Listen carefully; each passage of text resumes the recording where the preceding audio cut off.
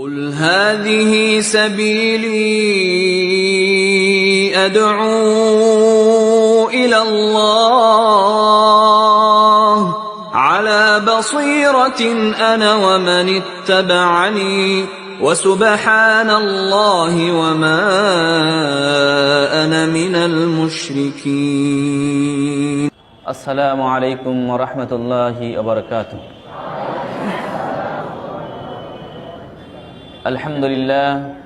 আলহামদুলিল্লাহি কাফা ওয়াস সালাতু ওয়াস সালামু আলা রাসূলিহিল কারীম ওয়া আলা আলিহি ওয়া আসহাবিহি আজমাইন, আম্মা বা'দ।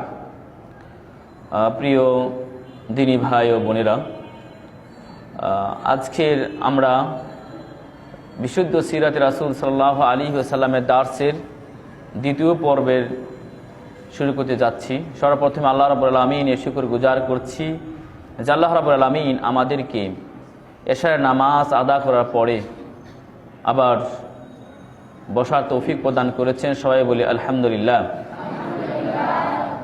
দরুদ ও সালাম বর্ষিত হোক আমাদের নবী, প্রিয় নবী মুহাম্মদ মুস্তাফা সাল্লাল্লাহু আলাইহি ওয়াসাল্লামের প্রতি। আমরা সবাই বলি আল্লাহুম্মা সাল্লি আলাইহি আল্লাহুম্মা বারিক আলাইহি। রাসূল হাবিব সাল্লাল্লাহু আলাইহি ওয়াসাল্লামের সিরাত প্রথম পর্বে আমরা আলোচনা করেছিলাম যে রাসূল করিম সাল্লাল্লাহু আলাইহি সাল্লামের জীবনী জানার গুরুত্ব, তাৎপর্য, এ বিষয়ে আমরা আলোচনা করেছি প্রথম পর্বে। এবং সেখানে এটা আলোচনা করেছিলাম যে রাসূল করিম সাল্লাল্লাহু আলাইহি সাল্লামের জীবনী জানার উৎস কোথায় থেকে আমরা বিশ্বনবী সাল্লাল্লাহু আলাইহি সাল্লামের জীবনী সংগ্রহ করব, সেই উৎস বা তথ্য ভাণ্ডার, কোন কোন তথ্য ভাণ্ডার থেকে আমরা নবী করিম সাল্লাল্লাহু আলাইহি সাল্লামের জীবনী গ্রহণ করব। সেখানে আমরা আলোচনা করেছিলাম যে মাসাদরুস সিরা অর্থাৎ সিরাত রাসূল সাল্লাল্লাহু আলাইহি সাল্লাম জানার উৎস তথা তথ্য ভাণ্ডার দুই ভাগে বিভক্ত। একটি হচ্ছে মাসাদর আসলিয়া, মূল তথ্য ভাণ্ডার তথা মূল গ্রন্থপঞ্জি। সেখানে 6টি আমরা উল্লেখ করেছিলাম। প্রথমত কোরআনুল কারীম, এরপর হাদিস নবী সাল্লাল্লাহু আলাইহি সাল্লাম, হাদিস গ্রন্থগুলি। তৃতীয় নম্বর মুজিজা গ্রন্থগুলি, যে গ্রন্থগুলিতে রাসূল করিম সাল্লাল্লাহু আলাইহি সাল্লামের মুজিজা উল্লেখ হয়েছে। চতুর্থ উল্লেখ করেছিলাম কুতুবুস শামাইল, যে গ্রন্থগুলিতে নবী করিম সাল্লাল্লাহু আলাইহি সাল্লামের আদব, আখলাক এবং তার দৈহিক গঠন সম্পর্কে আলোচনা হয়েছে। আর পঞ্চম হচ্ছে এমন গ্রন্থ যে গ্রন্থগুলি শুধুমাত্র রাসূল হাবিব সাল্লাল্লাহু আলাইহি সাল্লামের জীবনের সাথে সম্পৃক্ত তথা সিরাত গ্রন্থগুলি। ষষ্ঠ ইতিহাস গ্রন্থ, যে গ্রন্থগুলিতে বিশ্বনবী সাল্লাল্লাহু আলাইহি সাল্লামের জীবনী উল্লেখ হয়েছে এবং সাহাবীদের জীবনী, রাজা, বাদশাহ, দেশের অর্থনৈতিক, সামাজিক সব কিছু উল্লেখিত হয়েছে এই গ্রন্থগুলি তথা ইতিহাস গ্রন্থ। প্রিয় ভাইরা আমার, এই 6টির গ্রন্থের থেকে আমরা অনেক কিছু বর্ণনা করেছি প্রথম পর্বে, যে এই গ্রন্থগুলি কারা রচনা করেছে এবং মূল মূল গ্রন্থগুলি আমরা উল্লেখ করেছি। আজকে আমরা শুরু করব যে মাসাদর তাকমিলিয়া, অর্থাৎ মাসাদের তথা উৎস যে দুই ভাগে বিভক্ত। তার প্রথম হলো মূল গ্রন্থপঞ্জি, আর দ্বিতীয় হলো এমন গ্রন্থ যে গ্রন্থতে রাসূল করিম সাল্লাল্লাহু আলাইহি সাল্লামের পূর্ণাঙ্গ জীবনী উল্লেখ হয় নাই, অংশ বিশেষ উল্লেখ হয়েছে। এগুলিকে বলে মাসাদের তাকমিলিয়া, অর্থাৎ অন্যর সহযোগী নিয়ে এই উৎসগুলি পরিপূর্ণতা লাভ করেছে। এগুলো আমি একটু পরে বলবো। তবে এখন আমরা যে বিষয়টি আলোচনা করব সেটি হচ্ছে যে এই যে কিতাবগুলো আমরা উল্লেখ করলাম, হাদিস গ্রন্থ, মুজিজা গ্রন্থ, শামাইল গ্রন্থ, ইতিহাস গ্রন্থ, এই গ্রন্থগুলি তো আসলে কোনো মানুষ তো রচনা করছে নাকি, না অন্য কেউ রচনা করেছে? মানুষ রচনা করেছে এবং তার আরেকজনের কাছ থেকে শুনেছে বর্ণনা, এবং সেই বর্ণনাগুলি এই কিতাবে লিপিবদ্ধ করেছে।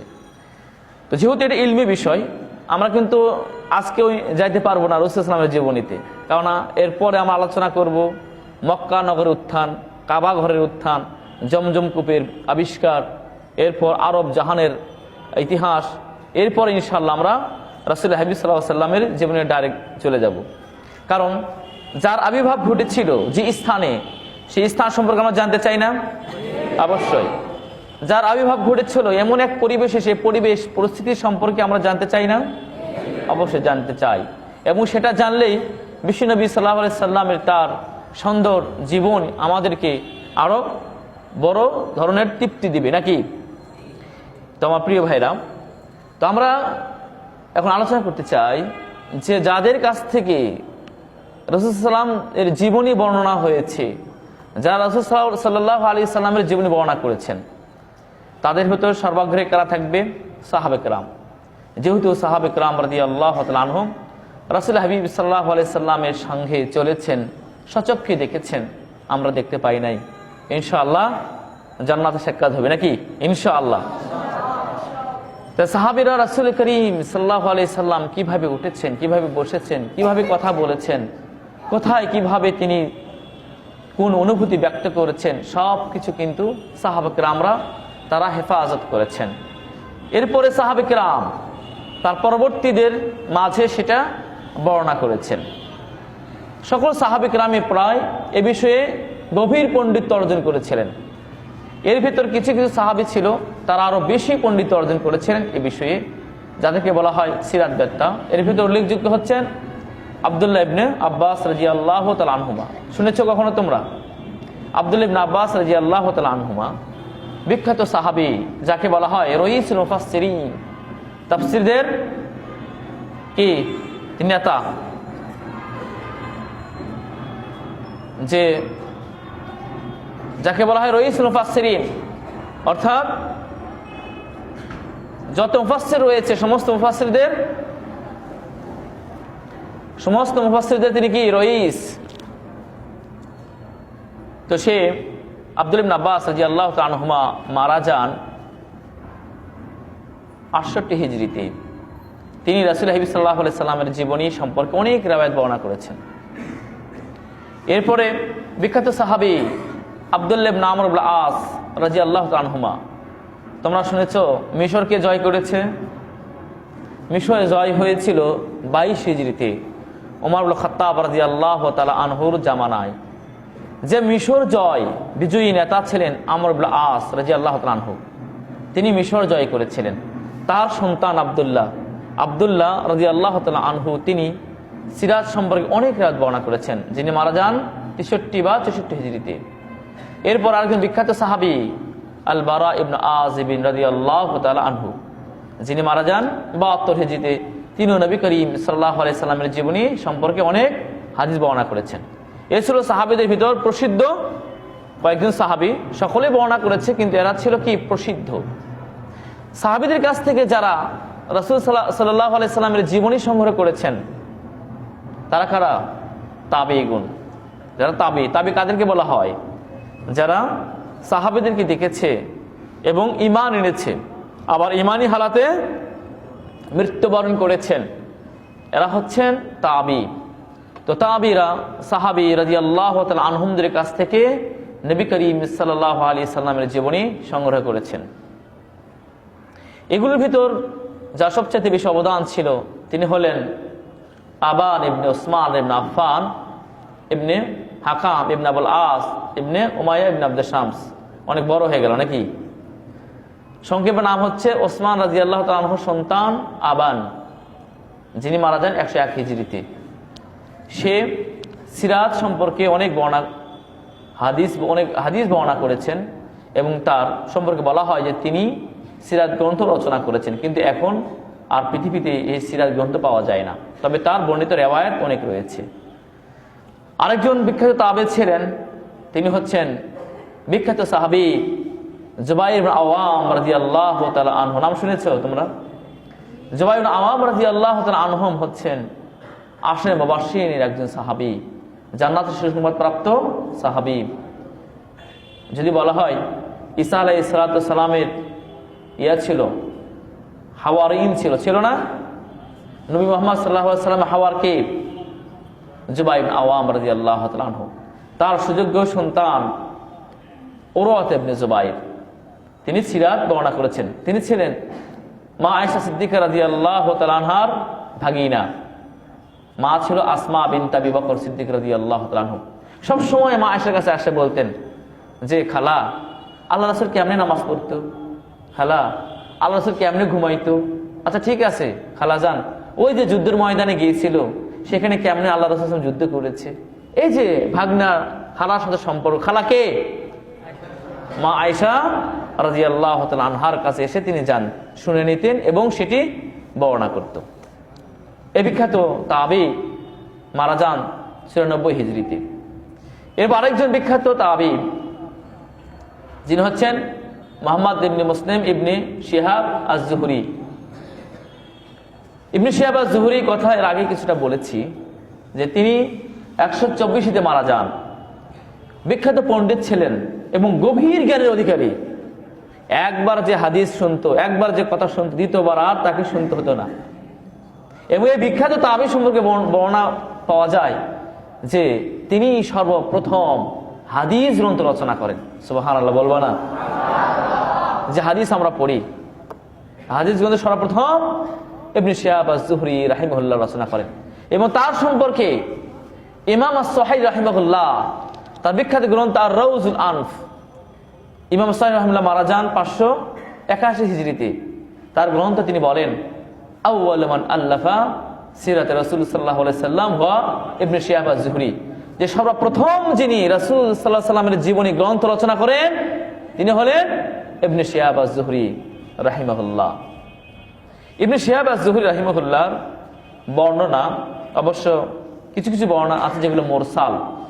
মুরসাল তো আপনারা বোঝেন নাকি, বড় যারা এখানে আছেন, মুরসাল হচ্ছে হাদিসটি বর্ণনা করা সাহাবাদের নাম বাদ দিন নাকি। যে ইবনে শিহাব আজ-জুহরির কাছে অনেক বর্ণিত হাদিস আছে যেগুলো সাহাবের নাম নাই, কিন্তু তার মুরসাল আবার গ্রহণযোগ্য, কারণ অন্য তরিকে বা অন্য সনদে সেটা সহিহ হিসাবে বর্ণিত হয়েছে। সেক্ষেত্রে প্রিয় ভাইরা আমার, এই যে তাবিদের কথা বললাম, এই তাবিরা রাসূল সাল্লাল্লাহু আলাইহি ওয়াসাল্লামের জীবনীকে সংগ্রহ করেছেন এবং তার হেফজ করেছেন।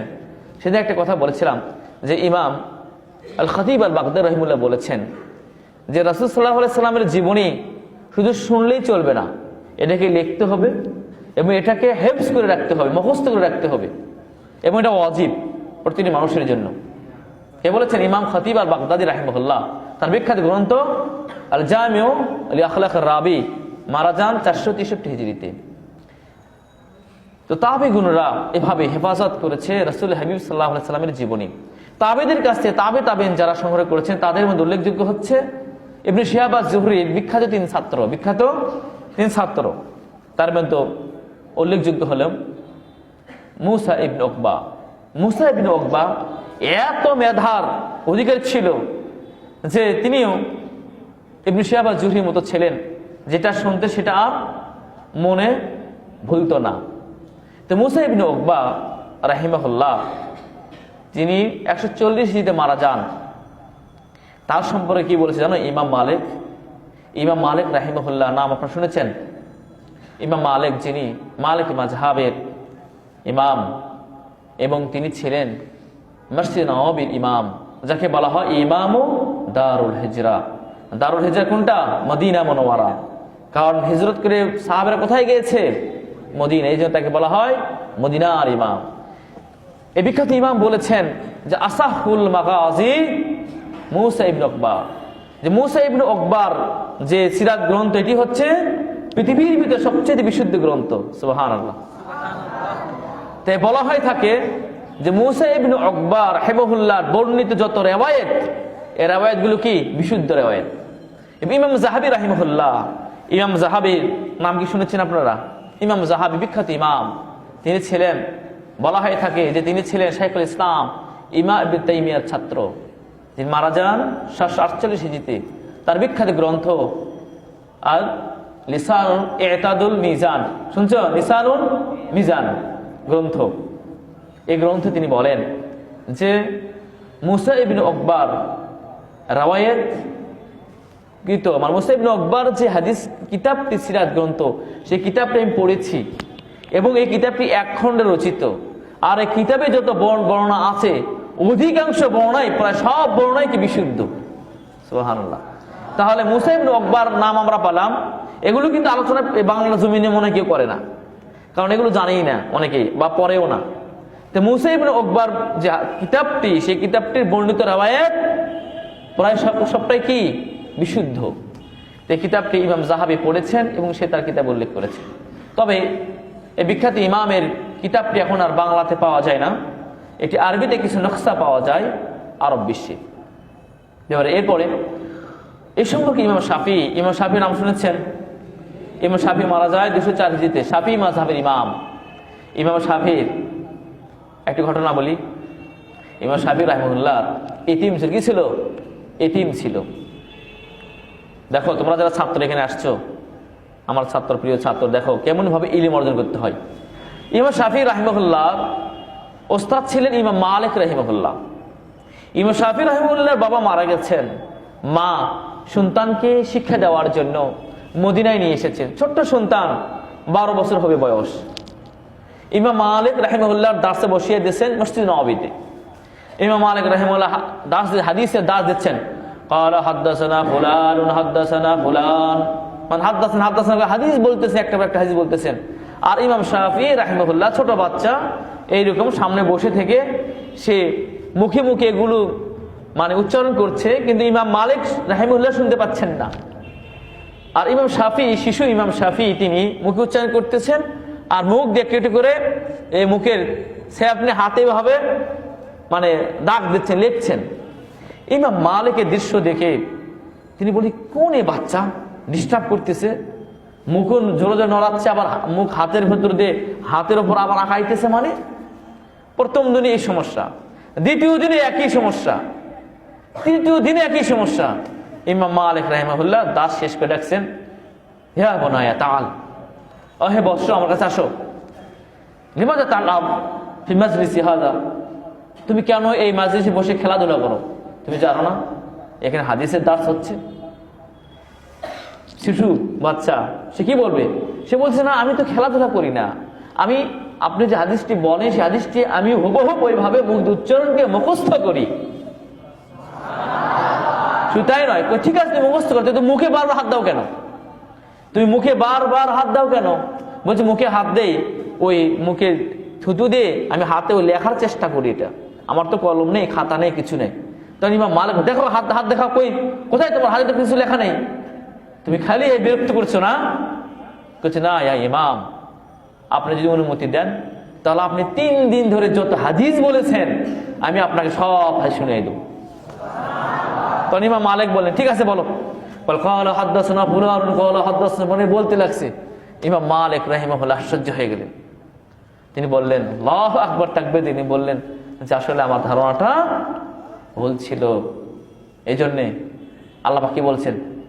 আল্লাহ পাকও বলছেন, রাসূল সাল্লাল্লাহু আলাইহি ওয়াসাল্লামও বলেছেন, ইয়াকুম আয-যান ফা ইন্না যান্না আকযাবুল হাদিসি। যাই হোক, ইমাম মালিক রাহিমাহুল্লাহ ইমাম শাফির জন্য দোয়া করলেন এবং তিনি কি হয়ে গেলেন? বিশ্বের অন্যতম ইলমের ইমাম। কিসের ইমাম? ইলমের ইমাম। এবং তিনি হাদিস গ্রন্থ রচনা করেন। ইমাম মালিকের পরেই মুসনাদে শাফিঈ, বিখ্যাত হাজার হাদিসের গ্রন্থ। এবং ইমাম শাফি রাহিমাহুল্লাহর মা, বাচ্চা ছেলে, খাতা নেই, কলম নেই, এখন কেমনে করে সে প্রতিদিন দার্সে পাঠায়? তো মদিনার যে আমিরের বাসার পাশে যাইতো প্রতিদিন। বাসার পাশে গেলে ওই রাষ্ট্রীয়ভাবে অনেক কলমগুলো পড়ে থাকতো, মানে রাজভাবে যেগুলো লেখা হয়, লেখার পরে এই ভাঙাচোর কলমগুলো পড়ে থাকতো। আর রাষ্ট্রীয় বিধান জারি করার জন্য কিছু খাতা থাকতো, এই খাতা লেখা থাকতো রাষ্ট্রীয় বিভিন্ন বিধান, বিভিন্ন আইন কানুন। তো এই কাগজগুলো সব ফেলে দিত। আর ইমাম শাফি রাহিমাহুল্লাহর মা ওই প্রাসাদের পিছনে যায় এই ছেঁড়া কাগজগুলো সংগ্রহ করতো, হয়তো বা কিছু জায়গা ফাঁকা থাকতো, আর ভাঙ্গাচোরা কলমগুলো সংগ্রহ করতো, এগুলো নিয়ে এসে বাচ্চা শাফিকে দিত। ইমাম শাফি রাহিমাহুল্লাহ ওই যে কাগজের একটু ফাঁকা জায়গা আছে ওখানে হাদিস লিখতো। এইভাবে এই কাগজগুলো জমা করে হাজার হাদিস এই কাগজের মধ্যে লিখেছেন। এইভাবে তারা আলেম হয়েছেন, এই বিখ্যাত ইমাম শাফি বলেছেন, মুসা ইবনে উকবা সম্পর্কে, লাইসাদ দুনিয়া মাগাজি ইল্লা মাগাজি মুসা ইবনে উকবা, দুনিয়াতে বিশুদ্ধ কোন সিরাত গ্রন্থ নেই, একমাত্র মুসা ইবনে উকবার গ্রন্থটি হচ্ছে বিশুদ্ধ সিরাত গ্রন্থ। কে বলেছে? ইমাম শাফিঈ রাহিমাহুল্লাহ বলেছেন। আর এই কথাটি উল্লেখ করেছেন ইমাম যাহাবী রাহিমাহুল্লাহ তার বিখ্যাত গ্রন্থ সিয়ার আলামুন নুবুলা গ্রন্থে। প্রিয় ভাইরা আমার, এরপরে আরেকজন ছাত্র ছিল ইমাম জুহরি রাহিমাহুল্লাহ।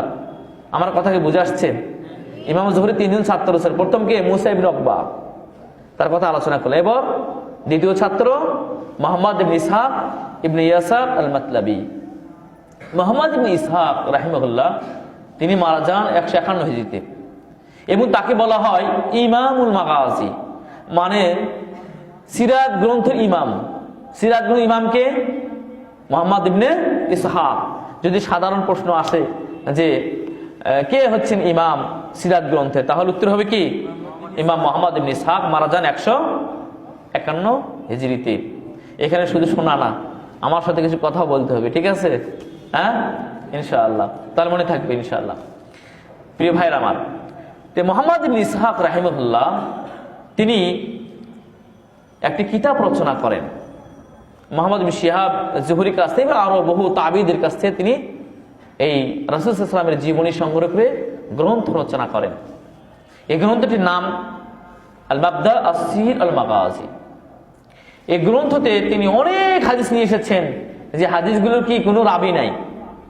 ফাকাল কাল আহলুল ইলম, যে আহল ইলম বলেছেন, এভাবে বর্ণনা করেছেন।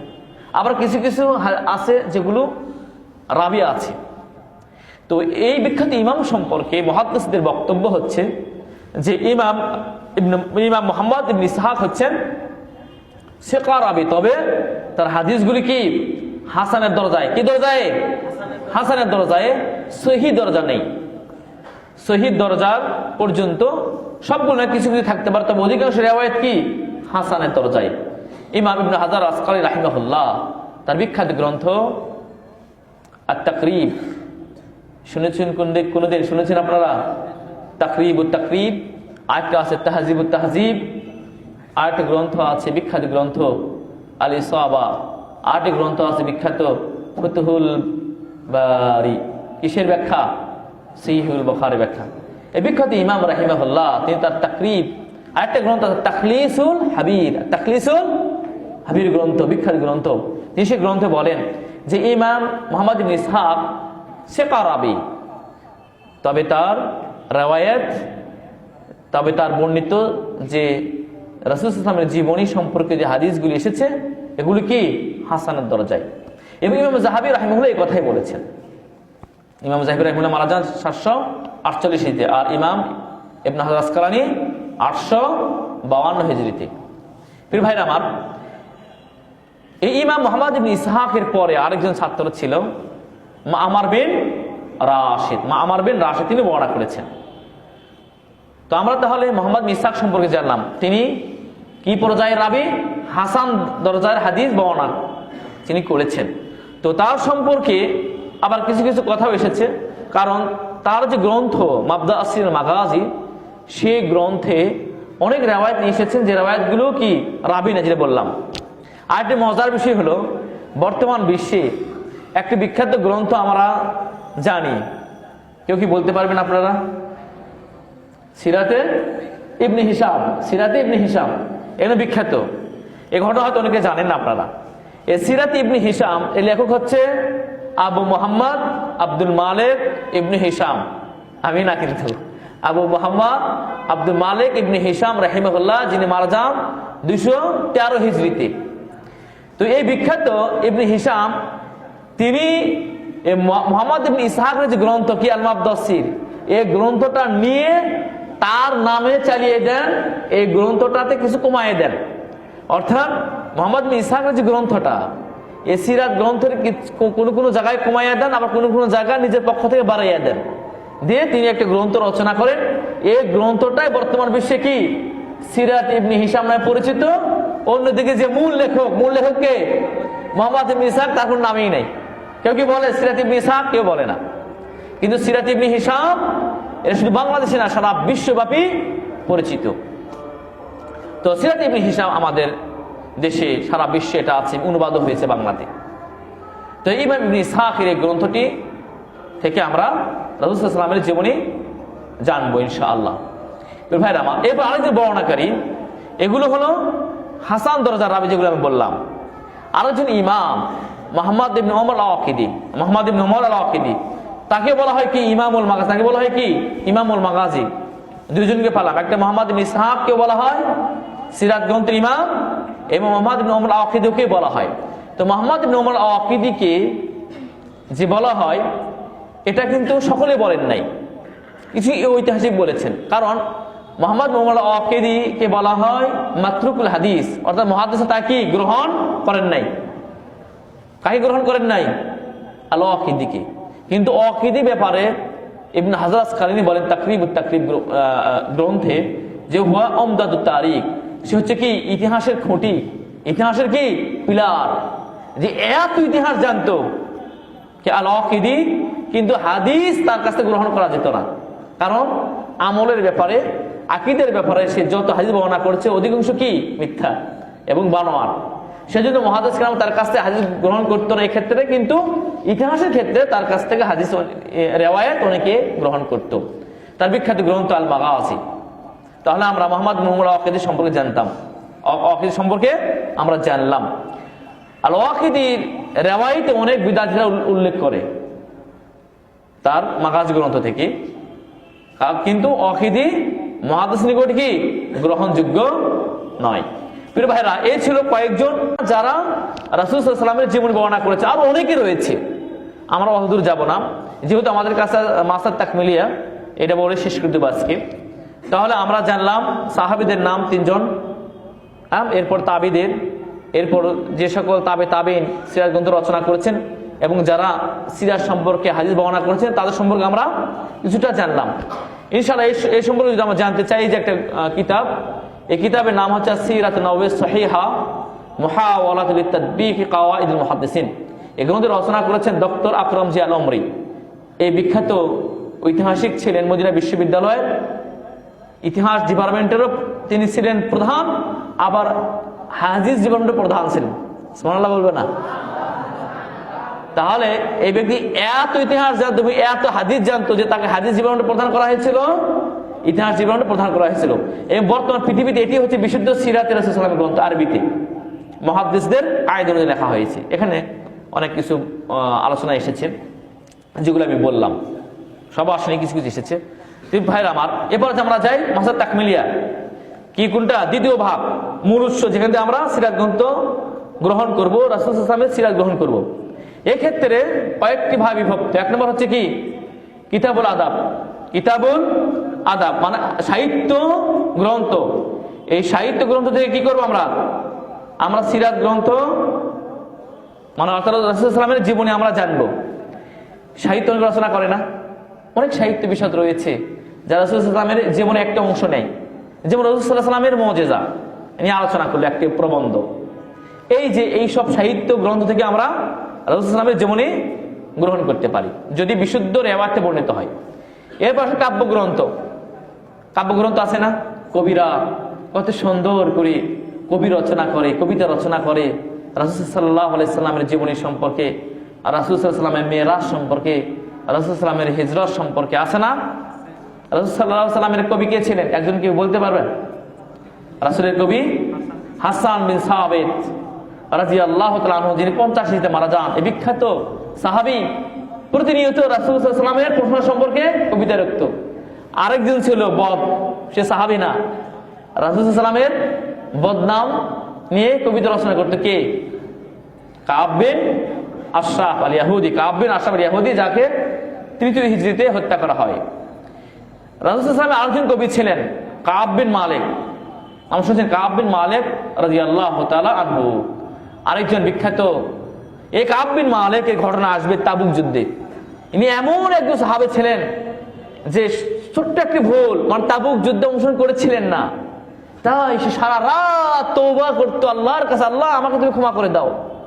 তা আল্লাহ রাব্বুল আলামিন 7 আসমান থেকে আয়াত নাজিল করেছিলেন যে এই কাব বিন মালিকের তওবা কবুল করান। সূরা তওবাতে আছে কাব বিন মালিক রাদিয়াল্লাহু তাআলা আনহু। তিনি ছিলেন রাসূল সাল্লাল্লাহু আলাইহি ওয়াসাল্লামের কবি। আরেকজন বিখ্যাত সাহাবী তিনি হলেন আব্দুল্লাহ ইবনে রাওয়াহা বিখ্যাত সাহাবী। তিনি মোতার যে অষ্টম হিজরিতে মারা যান, বিখ্যাত সাহাবী। তিনিও কবিতা রচনা করতেন। তিনি ছিল কবি, যারা কবিতার মাধ্যমে বিশ্ব নবী সাল্লাল্লাহু আলাইহি সাল্লামের জীবনী কি করেন, ফুটিয়ে তোলেন। সেখানে কি পরিপূর্ণ জীবনী আসে? পরিপূর্ণ জীবন আসে না, রাসূলুল্লাহ সাল্লামের জীবনে কিছু অংশ আসে। এরপর আসেন কুতুবুত তারাজাম, সাহাবীদের জীবনী গ্রন্থ আছে না? সাহাবীদের জীবনী গ্রন্থ, সাহাবীদের জীবনী গ্রন্থে কি রাসূল সাল্লাল্লাহু আলাইহি সাল্লামের জীবনী নাই? আছে। এই সাহাবীরা কোন সাহাবী কখন রাসূল সাল্লাল্লাহু আলাইহি সাল্লামের হাতে ইসলাম ধর্ম গ্রহণ করেছেন, কোন সাহাবী কখন রাসূল সাল্লাল্লাহু আলাইহি সাল্লামের সাথে সফর করেছেন, এগুলো বর্ণনা আছে না? এই যে এই বিষয়ে আমরা সংক্ষিপ্ত রাসূল সাল্লাল্লাহু আলাইহি সাল্লামের জীবনী জানতে পারি। এই বিষয়ে বিখ্যাত সাহাবীদের জীবনী গ্রন্থ রচনা করেন ইমাম আবু নাঈম আল-আসবাহানী রাহিমাহুল্লাহ, যিনি 430 হিজরিতে মারা যান। তার বিখ্যাত গ্রন্থ কি? হায়াতুস সাহাবা। আরেকজন রচনা করেন ইমাম ইবনে আসির রাহিমাহুল্লাহ, বিখ্যাত গ্রন্থ উসদুল গাবা। এখানে প্রায় 2000 সাহাবীদের জীবনী আছে। আরেকজন বিখ্যাত ইমাম তিনি রচনা করেন ইবনে হাজার আসকালানী রাহিমাহুল্লাহ, যার কথা একটু আগে বলেছি। তার বিখ্যাত গ্রন্থের নাম আল ইসাবা। সেখানে প্রায় 2000 সাহাবীর জীবনী আছে। এবং তার আগে রচনা করেন আরেকজন ইমাম, বিখ্যাত ইমাম ইবনে আব্দুল বার রাহিমাহুল্লাহ আল কুরতুবী, যিনি 463 হিজরিতে মারা যান। তার বিখ্যাত গ্রন্থ আল ইস্তিআব, সে গ্রন্থে প্রায় 1500-2000 সাহাবীর জীবনী আছে। এই গ্রন্থগুলো কি হবে? এই গ্রন্থগুলি থেকে আমরা রাসূল সাল্লাল্লাহু আলাইহি ওয়াসাল্লামের জীবনী জানতে পারি। আরেকটা আছে মাসআলাত তাকমিলিয়ার অন্তর্ভুক্ত আরেকটি গ্রন্থ, সেটা হচ্ছে কুতুবুল আনসাব। নাম শুনেছেন কুতুবুল আনসাব? এমন গ্রন্থ যে গ্রন্থগুলো কি বলা হয়েছে রাসূল সাল্লাল্লাহু আলাইহি ওয়াসাল্লামের বংশ পরিচয় সম্পর্কে আমাদের জানতে হবে না? রাসূল সাল্লাল্লাহু আলাইহি ওয়াসাল্লাম কোন বংশ জন্মগ্রহণ করেছেন? কুরাইশ বংশে। এই কুরাইশ বংশ সম্পর্কে আলোচনা এসেছে। কেনানা বংশ সম্পর্কে, গাতফান বংশ সম্পর্কে, আউস বংশ সম্পর্কে, খাজরাজ, বানী লাহইয়া, বিভিন্ন বংশ সম্পর্কে বর্ণিত হয়েছে। এই সম্পর্কে যে গ্রন্থ রচিত হয় যে নাসবে কুরাইশ, যে রচনা করেন তিনি হচ্ছেন কি? মুসাব ইবনে জুবাইরি, মুসাব ইবনে আব্দুল্লাহ আল জুবাইরি, 236 হিজরিতে মারা যান। আরেকজন রচনা করেন বিখ্যাত ইমাম আহমদ বিন ইয়াহইয়া আল বালাদারি, আনসাবুল আশরাফ গ্রন্থ, যিনি মারা যান 279 হিজরিতে। আরেকজন বিখ্যাত ইমাম আল কালবি, ইবনে সাইব আল কালবি, যিনি 204 হিজরিতে মারা যান। তার বিখ্যাত গ্রন্থ নাসবে আদনান ও ইয়ামান। তাহলে এই গ্রন্থ থেকে আমরা রাসূল সাল্লাল্লাহু আলাইহি ওয়াসাল্লামের বংশ পরিচয় জানতে পারি। এখন সর্বশেষ গ্রন্থ মাসআলাত তাকমিলিয়া, এটি হচ্ছে কুতুবুল জিওগ্রাফিয়া। কুতুব আর জিওগ্রাফিয়া, জিওগ্রাফিয়া কি? ভূগোল গ্রন্থ। ভূগোল গ্রন্থ না পড়লে কি আমরা রাসূল সাল্লাল্লাহু আলাইহি ওয়াসাল্লামের পরিপূর্ণ জীবনী জানতে পারবো? জানতে পারবো না।